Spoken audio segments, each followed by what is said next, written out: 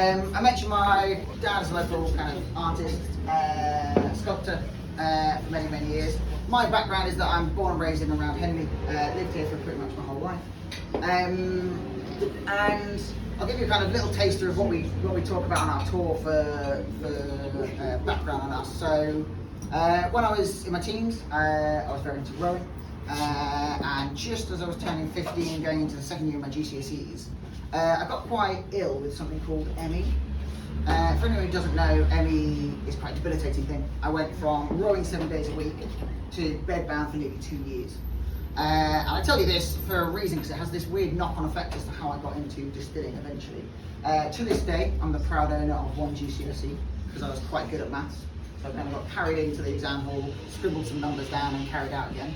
But it's alright, because my claim to fame is I got straight A stars in my one GCSE. And I moved on to A-levels, and it took me 3 years to do my A-levels instead of the usual 2. So I was essentially a year behind. And after my A-levels finished, I was desperate to go to university. And I was 19 and a bit naive and daft is probably the best word. And 19-year-old me thought that the best idea in the world was that all my friends from my previous year group that I grew up with had all just taken a gap year and were going to go to university that year. So if I didn't take a gap year, if I just balled straight into university, I would catch up with all my friends and it would be like I never missed anything. So I went straight to university studying mechanical engineering. And I was on a 4-year course because I had to do a foundation year at the beginning due to mis-schooling. And absolutely loved it. All went really, really well. But after 2 years, I got offered the opportunity to take a break in the middle of my course. So essentially, a delayed gap year almost. And I was a little bit older, a little bit wiser, and I thought, well, it's probably a good idea. So I took that opportunity. And what I did with that year was I set up my own business, which was a pop-up cocktail bar for weddings, parties, events, festivals, that sort of thing. And back in those days, kind of 10 years ago or so, there were no converted horse box trailers and Citroen vans and all these amazing pop-up bars.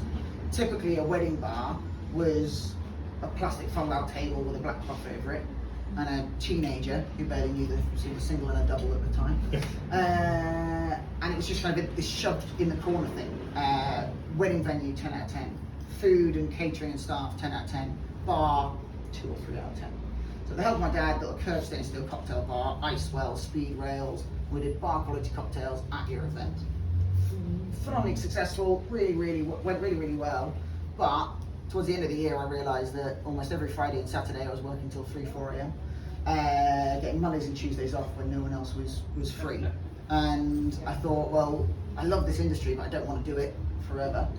And I kind of had this lightning strike moment of my love of mechanical engineering and problem solving and work with my hands, and my love of flavours and spirits and that kind of whole industry of bartending met perfectly in the middle at distilling. And you might have noticed that there are a few more gins around the place than there were 15, 20 years ago. So this epiphany came to me right in the middle of the kind of big gin explosion. So very briefly, the gin explosion was caused by a law change in 2009, which de-restricted essentially small craft distilleries. So for the first time in nearly 250 years, small craft distilleries could exist. That's what caused this massive kind of wave of gin that's come out. So I made a decision towards the end of that kind of year off that wasn't very popular in my household at the time. And that decision was that I wasn't going to go back and finish my degree at university. I was going to jump 2 feet first into the industry. And I got a job as an assistant distiller up in North Yorkshire. Within 9 months was promoted within that distillery to head distiller, and at 22 was the youngest head distiller in the country, with a team of 12 producing nearly 3,000 to 4,000 bottles a week of top quality premium craft gin. And that's where I really fell in love with gin, the craft of gin. And it's whilst I was at that distillery that actually I registered the Henley Distillery Limited, Henley Gin Limited, and all the domain names for the websites, and registered the companies, and I parked them because I knew eventually that I wanted to come back to my hometown, start a distillery here. But my main aim was that when I started, I wanted to be producing top quality award-winning spirits day one. I didn't kind of want to have that feeling of really learning on the job, figuring it out as we went along. Not that every day is a learning day, or whatever the kind of cliche is. So parked them all, and I went on a bit of a career path of working for really tiny distilleries, kind of one-man bands where I was the only employee, all the way up to kind of £3 million startup distilleries where they flew into kind of Germany, signing off the production of a still that they were buying for hundreds of thousands of pounds. And at the age of 25, it's still the most kind of, when I was back then, still the most terrifying signature that I've had to write in my life. I was in Germany on my own, with a bunch of Germans going, yeah, it looks like a still, ship it, sure it'll be fine. Fingers crossed. Don't tell them I said that. I won't name the distillery, so you can't dog me in. And all the while I was working for these other distilleries, I was honing the kind of business plan for Henley Gin and Henley Distillery.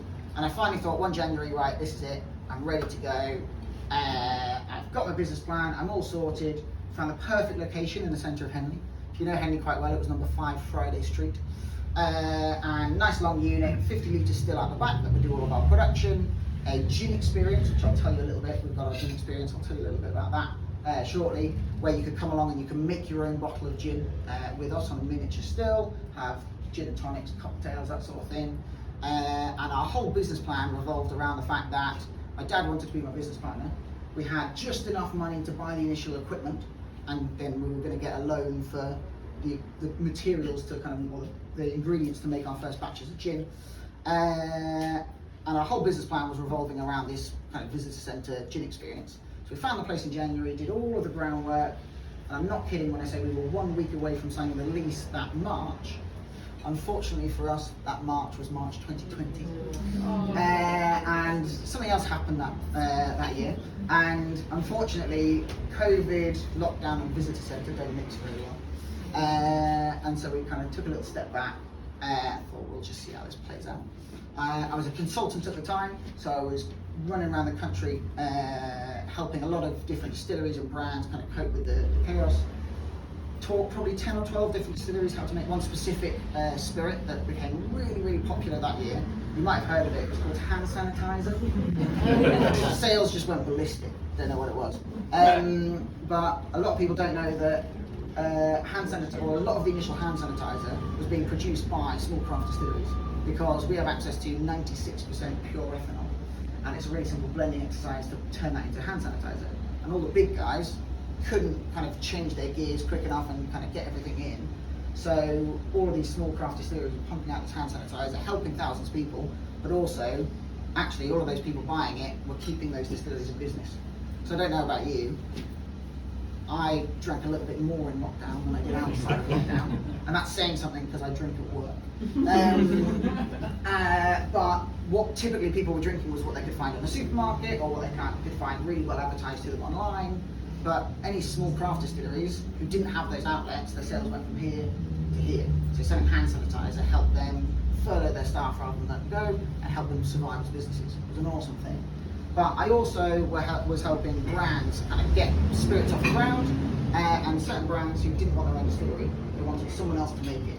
So I'd make the recipe, give them a bit of advice, and then teach another distillery how to make it, and partner them up.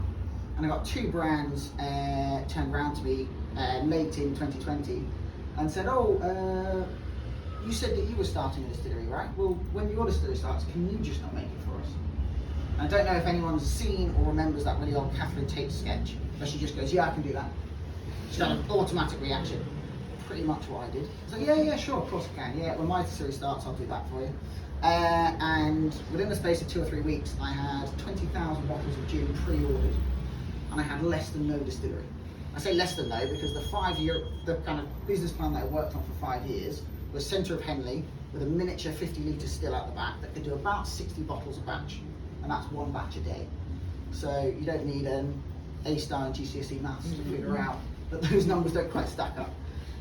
So in the end, we knew we had to be out of town because we've had phenomenal local support in the last kind of 3-4 years from Henley locals, which I don't think we'd have had if we'd still set up in the centre of Henley and blocked the one-way traffic system for an hour a day getting lorry deliveries.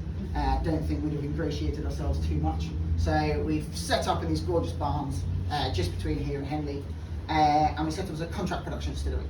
So you're trying some of our brands today, so our gin and our rum brand, Henley Gin, Temple Island Rum, but we actually make 99 different spirits actively right now. In a couple of weeks' time, we're going to be making Spirit 100. And we make everything from vodkas, gins, rums, liqueurs, limoncellos, pre-mixed bottled cocktails, all for other people with bespoke recipes and shipped all around the world. So we've sent gin, vodka, rum to Canada, Norway, Italy, Germany, New Zealand, and a few other places. But that is kind of the bread and butter of what we do, and that allows us to then really kind of put all of our other passion into our own brand, and lets us kind of survive as a business. We came full circle a year later and launched our gin experience room. So when we first launched in 2021, you couldn't come visit us. We were just kind of making Henny gin, starting to figure out how the hell we could sell it, and making for other people. And now we've come full circle with kind of visitor centre experiences, tours, that sort of thing. So before I bore you too much, we're going to try some more gin. So our next gin is our Rhubarb and Orange. Now this is now going away from a dry gin. So how we make this gin is we distill a really fresh but dry orange gin. So about 5 AM in the morning when I distill this, I have to hand peel 30 oranges per still. A little bit bleary-eyed, but that fresh orange peel drops straight inside the still. It then distills through as a clear, dry orange gin, and post-distillation we blend some pure British rhubarb juice along with just enough sugar to take the tartness away, but not make it too sweet. So it's almost kind of a medium dry gin. It's going to taste a little bit sweeter than the ones that you've just tried, but probably not as sweet as a lot of rhubarb gins you've tried before. And you should get nice little bit of rhubarb at the front, and then lovely kind of orange lingering at the back.